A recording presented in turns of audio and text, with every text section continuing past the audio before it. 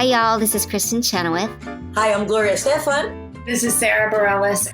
Hi, I'm Patty Lapone. This is Lin-Manuel Miranda. You're listening to the Broadway Podcast Network.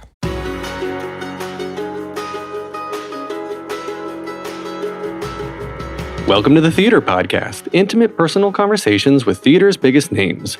This episode continues the Beetlejuice takeover for the month of September with Kerry Butler, who is currently starring as Barbara Maitland in Beetlejuice on Broadway. She gave me a great conversation and just super humble, super nice. She's got just Broadway credits out the wazoo, TV credits out the wazoo, but what's really interesting to me is that she does comedy very, very well, which usually if someone does comedy well, then that's kind of all they do. But she's also incredibly good and gets cast all the time as in dramatic roles as well. And we got into a nice little bit about Beetlejuice here because Beetlejuice is a comedic show, but her character of Barbara is not really a comedic role. It's not dramatic either, but it's kind of like skirting that line. So the conversation she had with me about finding the character of Barbara along with, director Alex Timbers was just absolutely fascinating. So before we get into this episode, I'd like to do what I normally do and ask humbly for your support to help keep the lights on and help keep transcriptions coming. If you're interested in any of the reward levels on Patreon, just head on over to ttp.fm/Patreon to check them out. For as little as $2 a month, you can help continue the podcast. It's because of your support that I've gotten as far as I have. So thank you very, very much. Again, that's ttp.fm/Patreon. Now, everybody, please enjoy this episode with Kerry Butler. Here you go. 1, 2, 3.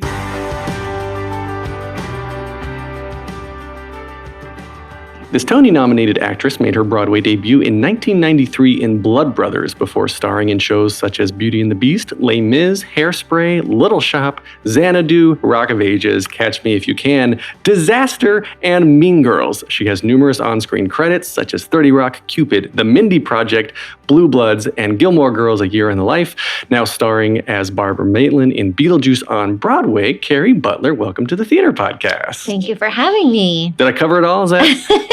That's a lot. Yeah. I have been doing it since I was 4, so you missed some things, but I won't hold it to you. Well, that was what I was reading, that you started, actually, Wikipedia says you were in commercials at 3.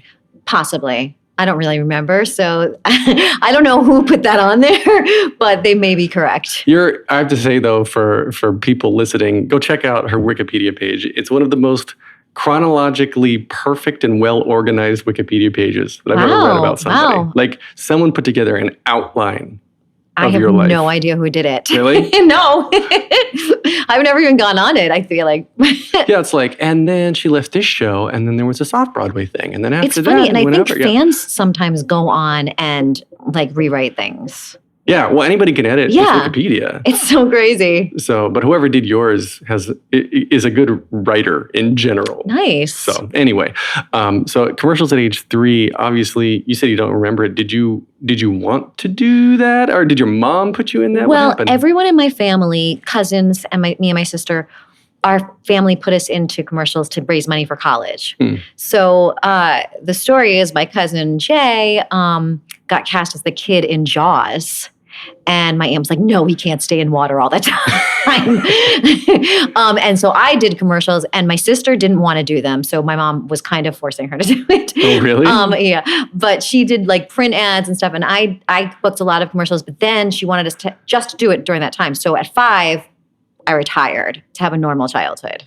But that was that your choice or your mom's choice? That was my mom's choice. And Right. so I loved doing it. And so then I begged her, after I saw Annie, I begged her to let me start doing it again. And so she let me go for the open call for Annie when I was 9.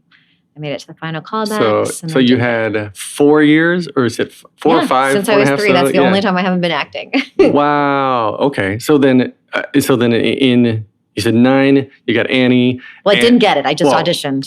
Oh, yeah. No, I did not get it. I made it to the final callbacks. And my husband went to the same grammar school with me, and he remembers Sister Mary Arlene getting on the PA saying, everyone, please pray for Kerry Butler as she has her final callback for Annie today. And my husband's like, I didn't pray. And I was like, that's why I didn't get it. So Yeah, I auditioned for that. I didn't get it. But then she let me start going on auditions through Backstage. So then I auditioned for this cabaret called Young Stars. I don't know if you ever heard of it. No. Seth Rudetsky was in it. Sarah Jessica Parker was in it. All these kids who were in Broadway shows. And it was like a nightclub singing, and you got paid in ice cream sundaes. Ooh. Yeah. Sounds like a perfect gig for a little kid. Yeah, and Seth and I always joke because all the kids had their shows. So, they were like Peter Pan, Annie, and me and Seth were like Haynes because we were the only ones who weren't actually on Broadway. But I loved it. I loved that experience. And so I felt, even though I didn't get Annie, I was so grateful that I got something. And I felt like that was like saying, okay, you're good enough to be in this. What was the commercial you got when you were 3? Can we find it? Yes, actually, someone found it. A fan found it and sent it to me. It was for Fab. Really? The detergent? Yes. And they knew that I did a Fab commercial. They kind of figured out what year it would be, and they found the one that I was on. I think I posted it on my Instagram page. Wow. Okay. Well, if send it to me and I'll put it in the show notes. Okay. The singing, because you were singing at an early age, were you just acting when you were a kid, or like going into Annie? You said you made it to the final callback, so obviously you can carry a tune. Were you taking voice lessons? I wasn't taking voice lessons, but I could definitely sing. I was already, like in school, they would ask me to get up in front of the class and sing. I wasn't a good performer necessarily.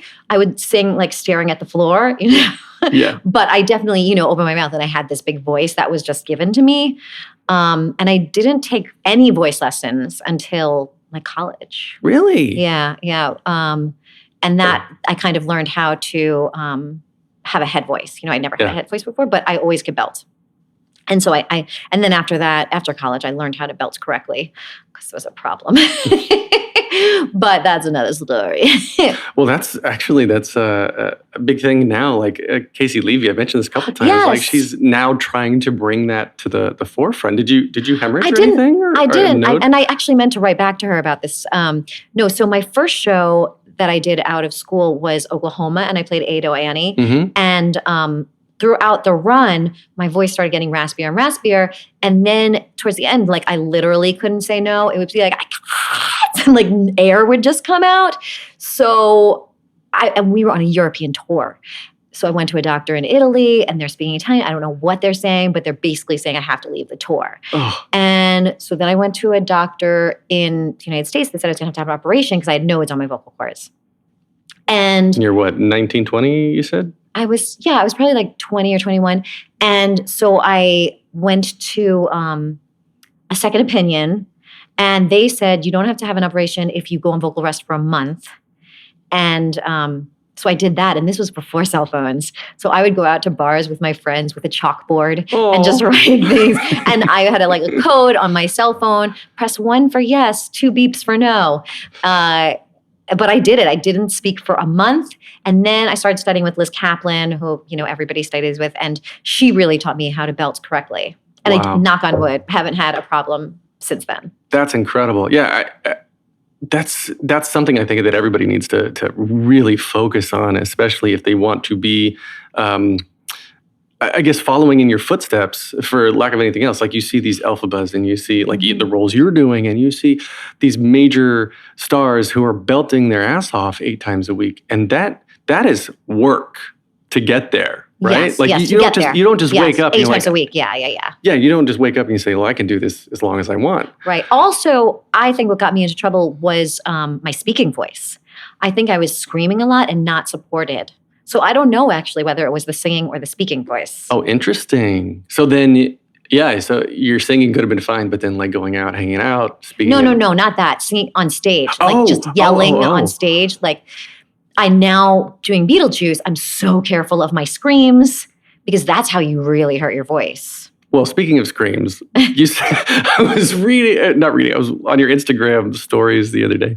You were saying that you hurt your back. Your back's been hurting. Yes. My whole body, actually. Your whole body, based on screaming, because you're such a good actress. Well, that's just what the acupuncturist told me. So I'm not going to argue. So I've been having all these problems. But this happens doing a show 8 times a week. You're doing the same thing, and usually it manifests in some way in your body. So the right side of my body has been in a lot of pain. Like I'll have trouble going to sleep. I'm with a physical therapist trying to figure out what I'm doing in the show that's bothering it. And then last night, we fall through the floor, spoiler alert, but it's on the commercial, so I can say it. We fall through the floor to our death, and the rug fell on top of us. That's not supposed to happen. And just having it, that's not going to hurt me, but just having something fall on your head, normally you flinch or whatever. So I twisted and my back spasmed and I was like, oh my gosh, I just threw out my back. And in the middle of a show. In the middle of the show. So anyway, I put ice on it, took, pain relievers, blah, blah, blah. Today I went to an acupuncturist and it was amazing. He's all into like Chinese herbs and reflexology. He didn't even touch my back. All the needles were in the front of my body. And he said, it's your psoas, and that's where you keep your emotions. And it is because you're such a good actress in the show, 8 times a week, you're putting your body in trauma and getting scared. So you are contracting your psoas, and that is where all your pain is coming from. Your psoas is right side of your body. Yeah. Above your hip? Kind of near your liver, yeah. And he put this really big needle into my psoas, and it was like throbbing for 20 minutes, and I feel so much better today. They're crazy, right? I have furrowed eyebrow right now, but that sounds so as cool. Oh, and wait, so this is what made me positive that he was right about the emotional aspect of it, because I remembered now the last time I threw my back out in a show was when I did this really dramatic play at Playwrights Horizons called The Call. It was all about adoption, and I adopted my daughters. And so it was very personal, hysterically crying every night. And I threw out my back moving plates in a scene. And I had such back problems. And again, it was from the emotional content of the scenes. Wow. Not from something physical I was doing. Wow. Crazy. That's actually some really good advice. So today he was like, you need to meditate after the show, get rid of all of that tension in your body. But yeah. And I went up to Rob, who's my scene partner. I was like, interesting that you don't have any body problems. Just saying, maybe you need to like step it up a little in the acting department. So you need your psoas to hurt. You hear that, everybody listening? If you hurt your psoas, you're doing a great job. How do you spell S-O-A-S? I don't know how you spell it. I was wondering the same thing. I didn't put it in my story because I was worried I would misspell it. Well, so Beetlejuice, that's a natural, I guess, progression in there. So Beetlejuice opened this year, incredible show, and it was in development for a while. When did you get involved? I was in the first reading. Really? So it was a couple years ago. Yeah. And they came to you. So was it Alex who picked you out? You worked with Alex before? Alex? I did work with Alex before, but I'm not sure if that was the first time. I think Beetlejuice was the first time. And then I also he was thinking of doing a revival of Bat Boy, which I did. Yes. And he had me as the mom in that because I played Shelley Off-Broadway. But that's not going to go. But one of those, I think I did Beetlejuice before I did that. And both of them were only readings, so I'd never done a show with him before. But I've been a big fan, and I had been secreting working with him. Right. You see, do you do the intentions? You put I don't. I just know that that's what it is, and so I'm making up my own version of the secret. Okay. I would just tell everybody I really want to work with Alex Timbers. So you mentioned Bat Boy, and I actually want to back up to that because it ran March 21st, 2001 through December 2nd, 2001, and 9/11 happened. Yes. Almost in the middle of that. Yeah. And it was going really well. Yes. But then I think it was really becoming a cult following. Yeah. I mean, people were coming. It was crazy. And then September 11 happened. We were right across the street from the memorial in Union Square. And nobody wanted to go down there. It was really hard. I mean, I didn't want to go down there. And it was really, really hard to do a comedy right after that. But then we started inviting firefighters and rescue workers. And that was really, really nice. And they loved it. They needed a laugh. But yeah, we never recuperated after that. Really? So you think it would have lasted longer if 9/11 had? Yeah? Yeah. Well, then... Every single week we were building more and more. Oh, no kidding. Yeah. I listened to the soundtrack. Yeah. I mean, the soundtrack was great. I remember that time of my life. And it got rave reviews in the Times. Yeah. So, okay. Back to Beetlejuice. So you have a lot of comedy in your resume, but you also have a lot of drama too. But you seem to me to be more. Okay, let me rephrase. Do you find it easier to fall into comedy roles versus dramatic roles? First off, not necessarily, but I think that it is harder to get comedic roles, and so if you can do it, then it will be easier for me to get. That's where I'll get cast because it's harder to find people women who can be really funny sometimes. That's what I've heard. Right.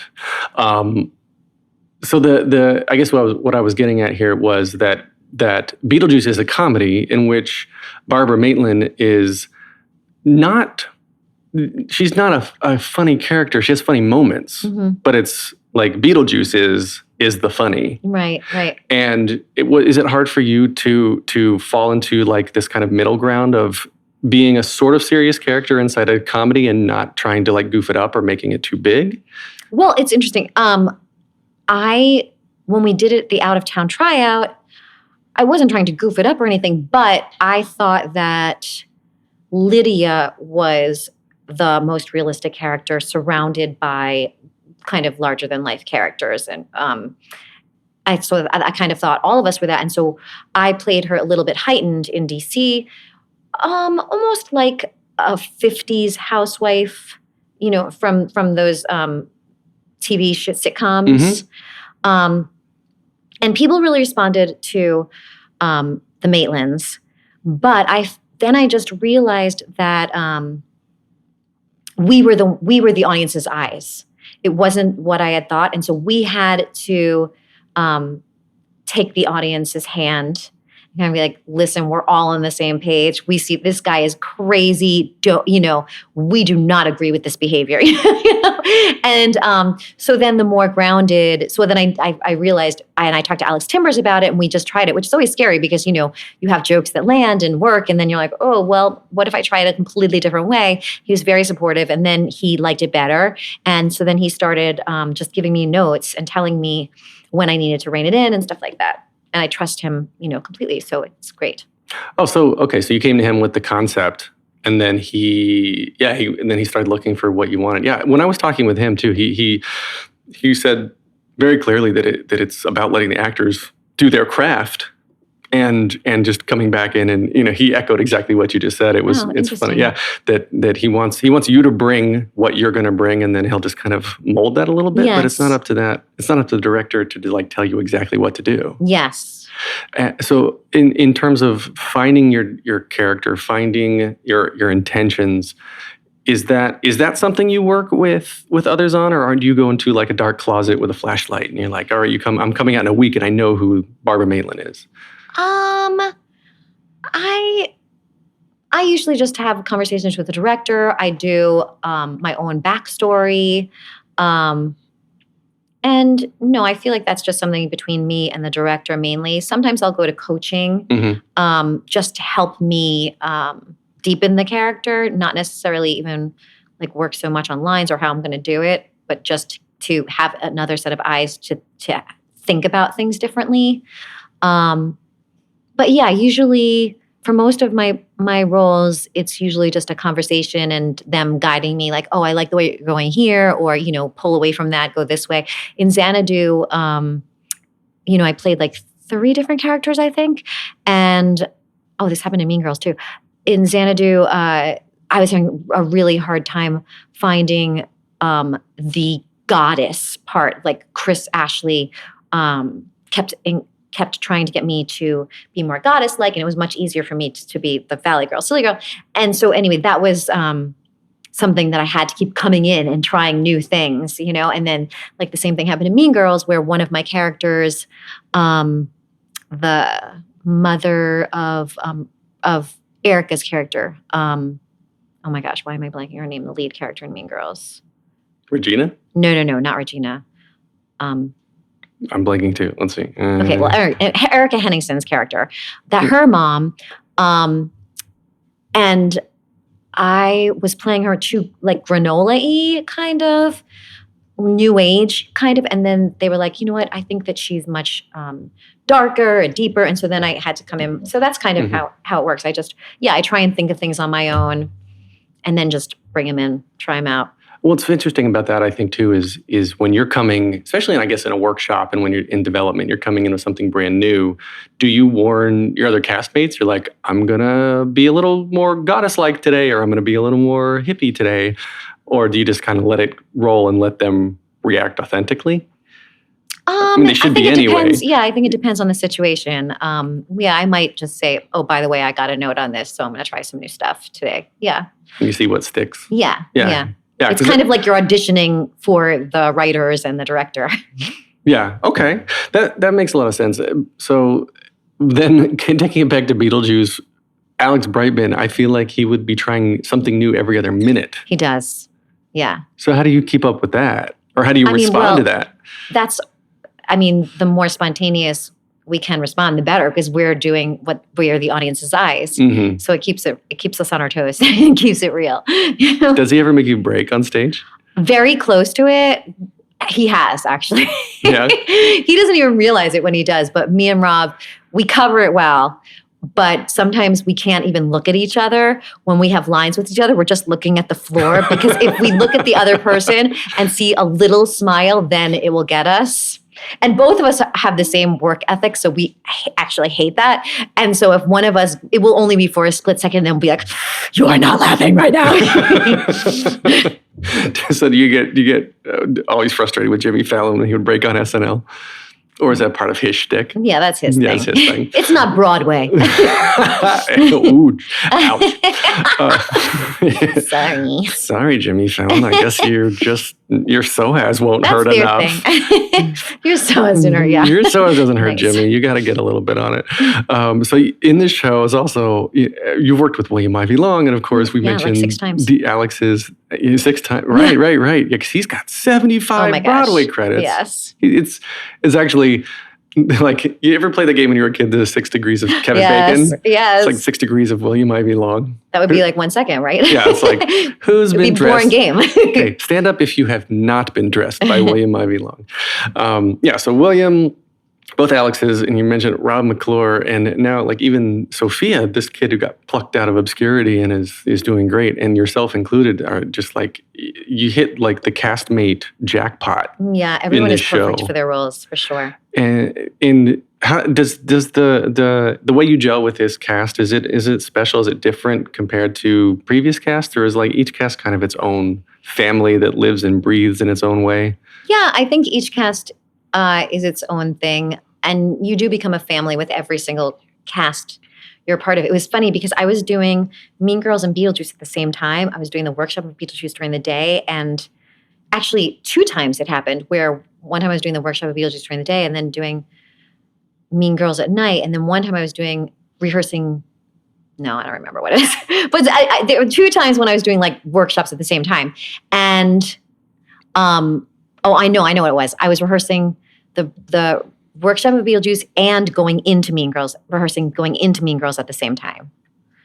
So they both like worked out the schedule so that I could do both. Wow. And so I'm on 2 different group chats, and the Mean Girls group chat is like, oh my gosh, you were amazing today. And they're like, I'm Gretchening. I don't know if I can do this. And everyone's like, yes, you can do it. Yes, you can do it. And the Beetlejuice message was like sending pictures of dead dogs.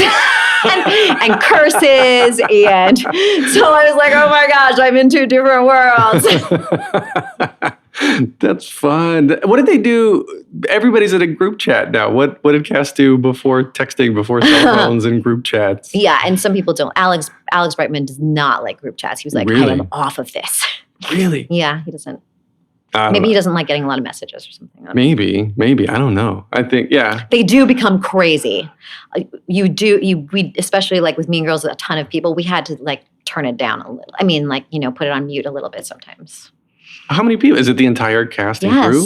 No, just the cast? Pretty much just the cast, but that's like 40 people. Right. Oh, goodness. Yeah. Oof. Yeah, that's a lot of people. I'm on a group chat with my family, 4 people, and I mute it sometimes. So the stage door feedback for Beetlejuice, Leslie Kritzer actually told me that it was interesting to her. She's found the older generation that saw the original movie, and so they come because they love the story, they love that. But now there's a new generation of, they're not even millennials. What are they now? I don't know. The young kids these days who are finding this for the first time or hearing the soundtrack for the first time and then getting introduced to the story, and they both love it for completely different reasons. Yeah. I think the kids love it even more. They're very obsessed. Although it's interesting because I think that a lot of them did know Beetlejuice before, like maybe their parents, or it's like a retro thing, because my kids knew Beetlejuice already. And so a lot of kids identify with the darkness of it. Did she tell you about our fan art wall? Mm-mm. Oh my gosh. We get so much fan art, and which I love because I love kids being creative. We had it originally like just on the steps walking up to the dressing rooms. Yeah. Now it is 3 flights up. Seriously, all on both sides. Fan art from all over the world and all different characters. Fan art of our Instagram stories, fan art of the little puppet thing Rob and I do. It's crazy. Instagram stories, that blows my mind. Yes. And I'm sure a lot of it is actually really good. Yes, it is. How do they send it? I've always wondered, like, if I want to send you a picture, do I just send it to the theater? Yeah, they send it to the stage door with our name or stage management's name. Is it screened? Like, does someone open it and like, this isn't a picture you shouldn't see or whatever it is? No. No. Have you ever been sent something you're like, I wish I hadn't opened that? I haven't, knock on wood. Don't do it. Yes, sorry, I just jinxed it. Yeah. No, that's incredible. I love I love how passionate Broadway fans are specifically. Yeah. Theater fans are passionate, but like Broadway, you get like it's like fans I get girls hysterically crying at the stage door. Really? Yeah. I don't know why. Well, you're kind of a big deal. Yeah, I don't know. Yeah. Don't roll your eyes at that. Yeah. You've been around, and you've made an impression on people. A lot of people have, and these are stories that you've been part of stories that have changed people's lives. Yeah. And it allows them to express themselves and find ways to feel in ways they maybe didn't know they could. Yes. And you're that vessel. Right. If you want to put it that way, right? True. Yes. For people who felt ostracized, now they have a voice. Mm-hmm. Yeah, totally. Do you mind if we talk about your kids for a minute? Sure. Because you married, you've been on Sesame Street. He was on Sesame Street. He was a songwriter on Sesame Street, right? He was a writer, puppeteer, and director. He did everything there for 25 years. But you were on Sesame Street a long time ago. Yes. And is that how you met? No, we went to grammar school together. And in high school, I was Kim, he was Hugo, and Baba Birdie. I went to the girls' school, he went to the boys' school. So we were friends all along. And then after college, we started dating. That's cute. And now you said you have 2 adopted children, right? Yes. And where are they from? Ethiopia. Why did you decide to adopt? Well, I always thought we would make great parents. And I thought, because we had great parents, I thought we should give that to somebody who didn't have it. And so it was kind of like a calling for me. I've always been called to help like foster kids, and just that's something I'm passionate about. And so, you should find the things you're passionate about and do it. Yeah. Was it hard? Some people have like horrible adoption stories. It wasn't horrible by any means, but it definitely is hard. It definitely is stressful. It's scary, going all the way across the world, and you don't know what you're going to meet, and whether you just the only thing you're going on is a picture of this child. You don't know, you haven't seen video, you don't know anything, and a medical record. And when we met my first daughter, we were so tired because it was like an 18-hour flight. We hadn't slept. But we said, oh no, we want to go right. We don't want to go to a hotel. We want to go right and meet her. And she looked at us, and we were probably the first white people she'd ever seen. She looked at us and burst out crying. Didn't stop crying the entire time we were there, really. And we were kind of like, oh my gosh, what did we do? And then they said, why don't you go back to your hotel, sleep, and then tomorrow we'll bring her over to you. And then the next day, she came to us. She was she wasn't crying. And by that night, we have a video of her hysterically laughing, crawling for the first time in between the two of us. Oh. So she bonded in one day. Oh, so she was about like 8 or 9 months at that point?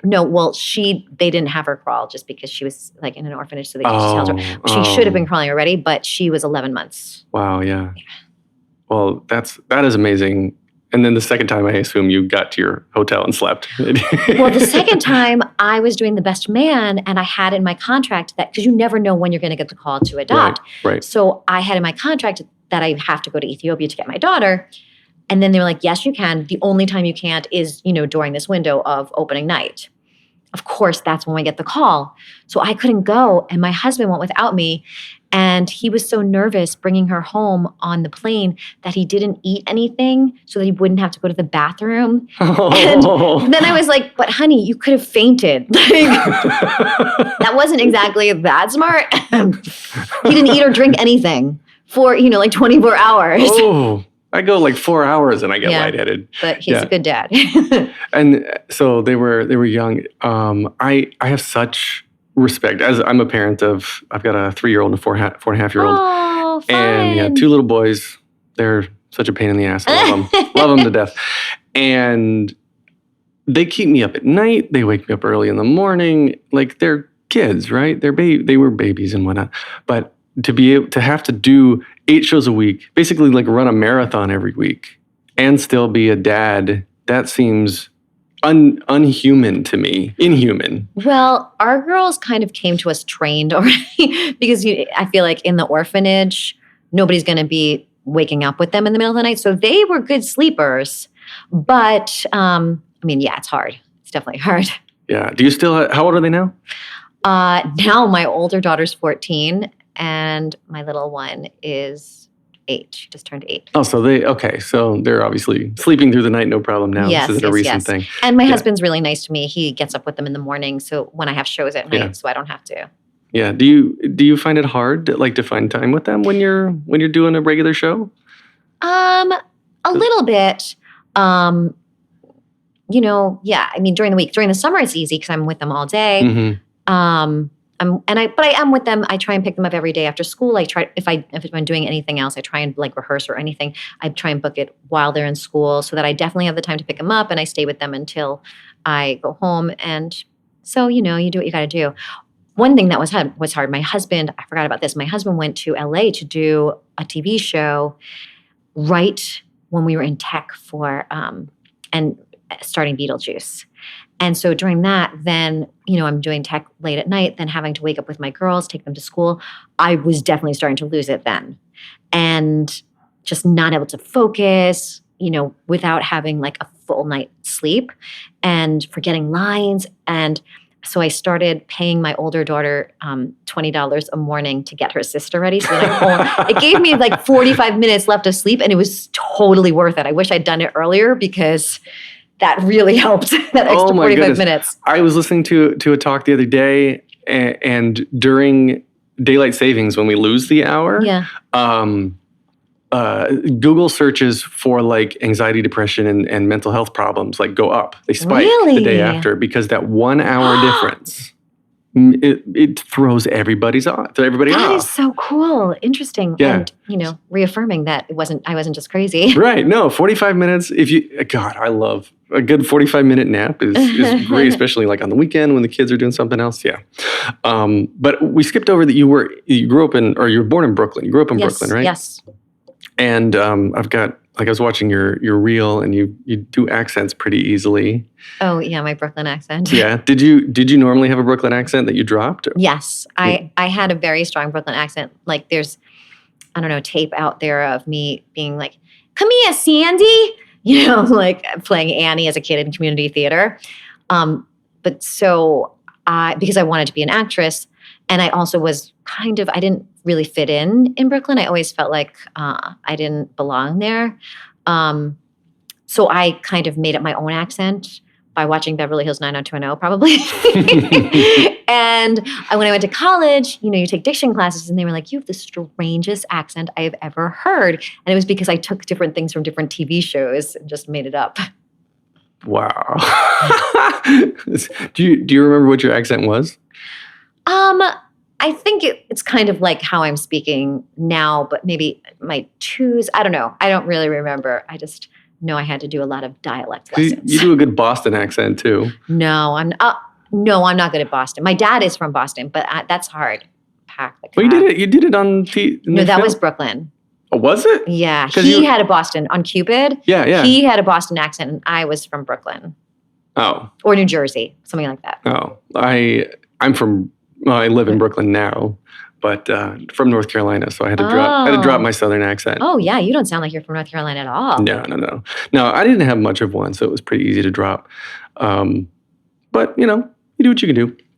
But you've worked with some amazing people on TV as well. I mean, we talked about the theater, but on 30 Rock, I guess you worked with Tina Fey twice. Yes. Because with Mean Girls too, Mindy Project, of course, Mindy Kaling, Blue Bloods and whatnot. And you've been on tons and tons of stuff. Do you still get to audition now with Beetlejuice going on? Do you still go out to film? Or are you all theater right now? No, I can audition. I'm very picky just because I don't really want to leave. I love doing Beetlejuice. So it'd have to be something worthwhile. Mm-hmm. But you still get offers for auditions and you just don't take them? Right. I mean, like I'm auditioning for something tomorrow. That's just a TV show for a little bit, not something I would leave Beetlejuice for. Just a TV show. But yeah, so occasionally I will. It's a big TV show, so I was like, okay, yeah, I'll go on that. Yeah, I guess. So would you go out of Beetlejuice for that? Or would it be No. I mean, maybe I would miss a day or something, if that, but I would definitely try not to miss anything. Yeah, there's a lot of I guess it was Sarah Stiles, like she does Get Shorty and she does Billions and she's still in Tootsie. Oh, really? Yeah, and they maybe I'm getting her in trouble. They let her out of her show for a couple days at a time and she'll go out and film and come back and whatnot. Oh. So that's like a somewhat regular thing. And I don't know now if they're still filming, but I know like she was doing that during and around Tony season. Wow. Oh, good for her. Yeah. I just got this business. I mean, the whole point of this podcast is to bring like the stories to the listeners, but the stuff that you have to go through, and I don't remember who said it to me, but equated your job to basically Olympic athletes. This is the Olympics of theater is Broadway. Yes. Doesn't mean it's the end all be all because you can do lots elsewhere. Yes, for sure. But if you want to be on Broadway, then you have to be at the top of your game. Right. And you have to work hard and you have to try hard. Yeah. And aside from, just being talented, you have to kind of be a nice person. Yeah. I mean, because not nice people do succeed sometimes, but it's easier if you're nice. Yeah. For sure, because stage management will remember you. A lot of times, so many times it's down to two people. And if they know you're a nice person, then they'll be like, oh, well, they're easy to work with. Let's go with them. Right. And the people that you've worked with before, everybody on stage you've worked with before, it sounds like, except for Sophia, because she's brand new to the scene. I was like, except for Sophia. Brand new to the theater scene. Yes. Okay. So some other miscellaneous stuff I was reading about you. You're a vegetarian. Yes. Of course, you talked about being a little bit of an activist concerning youth mentoring, environmental issues. Yes. What do you get involved with? Let's see. Well, I'm a vegetarian mainly because that's one of the best ways you can help out the environment. Cow farts, right? Yes. Yeah. Exactly. And I don't know. I'm really trying to use my Instagram now for positive, good. Because I was just thinking of this the other day. I never wanted to be famous. I always wanted to just be a working actor on Broadway. But those kind of moments when I did want to be famous, I only wanted to be famous to use it to help to spread good, That was why I wanted it, because I was like, well, when I'm famous, I'll be able to make the world a better place, which isn't true. And you have to make the world a better place, anytime in your life. But now I'm seeing, I do have some influence. And so I'm starting to do stuff. I'm reaching out to like brands who make things that are eco-friendly, and I'm trying to like promote stuff like that and talk about that. Oh, all right. And solo albums. How many do you have? I only have one. Did the Faith, Trust, and Pixie Dust? Yes. I found it very interesting that you recorded one of the songs with a fan, right? Didn't you had a contest? Oh, I did. No, they got to name something. I think it was so long ago, but the fan. I thought that I was. Did they get to come sit in on the recording? Yeah. Maybe you're right. I'm always doing contests like that, though. Like, yeah, I love doing fun things with fans. Yeah, that's I really. think maybe you're right. Maybe I invited them into the recording studio if they won. There was something about coming to see you. Okay, yes. And I thought the way it was worded, it made it sound like you actually sang with them on the album. I didn't sing with anyone, no. Oh, maybe okay. they were allowed to come. I think Broadway World was the one who started the contest and took care of me. Yeah, and then outside of acting, whenever you have time, it doesn't sound like you have much. You also teach master classes? Yes. But yeah, I've taken a break now that I'm in Beetlejuice and my kids are in school. I may start up again soon. I like doing it, but yeah, it's a lot. And especially with the show, a lot of times they want you to do it on the weekends, and I can't do that on the weekends. Yeah. So do you see yourself teaching? Like if you had a lull in your career, you want to take a hiatus or something, would you teach? For sure. Yes, and I still do that. I'll do Skype lessons. I'll rent a studio here and teach people sometimes, but I go through times when I take a break just because I get burnt out. So now I'm in a break. Oh, burnt out from master classes. Burnt out just from doing too much. Burnt out from being in a show, doing all the press for a new show, and being a mom. It's like I can't take on something else. That's. But I really like it. Like I act like a mentor to my students, and I ask them to tell me about their auditions, and I give them other teachers, recommend other teachers. So I do like it. Do you mentor your own daughters? Are they into performing? Or are they just like, that's mom and dad's thing? My older one is not into it at all. And she wants to take singing lessons from someone else. And I'm like, absolutely not. I'm not paying someone else to teach you how to sing. Dance, yes, but not sing. And my little one wants to do it. And my little one will let me give her singing lessons and things like that. So, wow.